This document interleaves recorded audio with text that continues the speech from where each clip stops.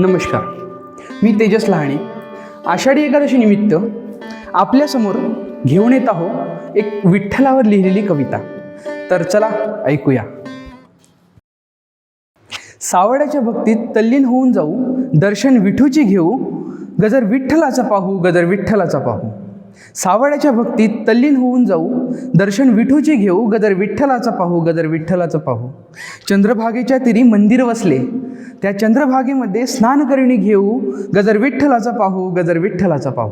विटेवरी उभ्या रायाची पंढरी आपण पाहू, हरिनामाच्या भजनात दंग होऊन जाऊ.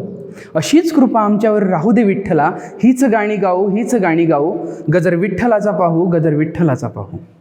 धन्यवाद.